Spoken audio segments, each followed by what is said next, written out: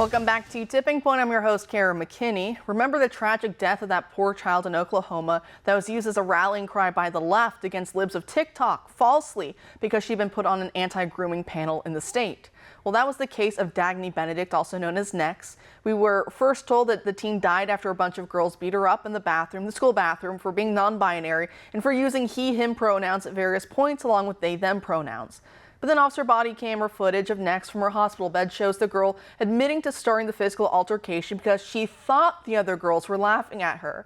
And then later officials confirmed her death the next day was due to suicide and not due to any injury sustained in the school fight, as we were told. But now with the full autopsy report being released yesterday, we're learning even more distressing details about Nex. The poor girl consumed as much as 50 to 100 Benadryl-type pills to take her own life, and her normal medication to treat bipolar disorder was likewise found in her system and could have contributed to her death. She also had a history of depression, anxiety, self-harm, and chronic marijuana and tobacco abuse. It turns out Nex was raped by her own father and sexually molested by him on other occasions when she was under the age of 10. It took about 2 years for her father to be arrested and convicted of the heinous crime. He got off light with just 5 years in prison and 10 years suspended. He was not allowed to have any contact with his daughter, and just 2 weeks before she took her own life, he had been rearrested for failing to comply with reporting as a sex offender. Now, Nex was legally adopted and raised by her grandmother, but the pain of such a traumatic upbringing was difficult to overcome. Hearing all this makes my heart break even more about the case. No wonder this poor girl, perhaps looking for love and belonging and a chance to feel strong and perhaps masculine and not weak and vulnerable as she had been under her father, led to her seeking out LGBTQ labels. The drugs she was put on for her mental health likewise may have contributed to her overall poor mental state. Because Nex obviously wasn't dealing with a chemical imbalance, she was an abuse survivor. Such an experience would make anyone sad and depressed.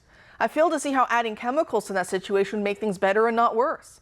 I often think about how many young kids today are taking their own lives, it's an epidemic, or getting hooked on drugs and are living on the streets, or committing murder even, becoming mass shooters, or just mentally checking out of life.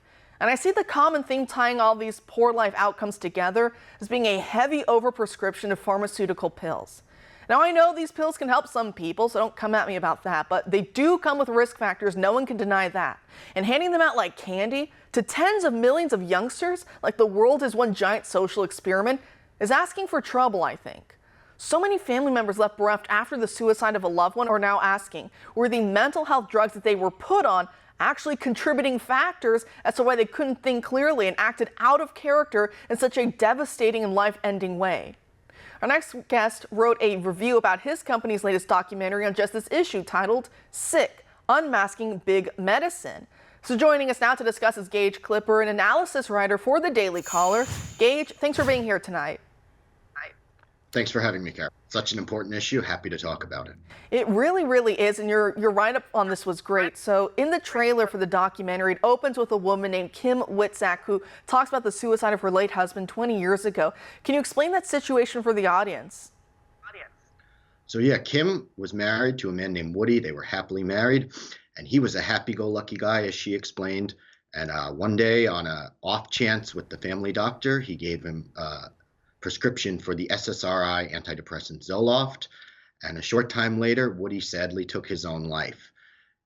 Kim, looking back, says this is not something he would ever do, and when she spoke to the coroner, she said, bring that medicine with us because it might have something to do with his death.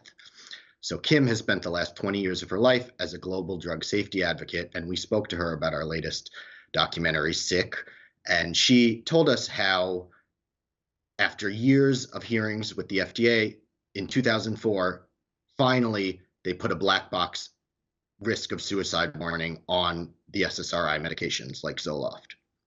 See, that's insane that even with that warning now on the drug label, how many of us know that? I mean, we've all seen the commercials, we all know people who've taken Zoloft. I've never known that that could be a side effect, is that it can increase suicidal ideation. It gets hidden from so many people. And Kim in the documentary also talks about how she's dealing with the death of her husband. It was a shock to her, it was a shock to everyone. She of course is right to feel all of this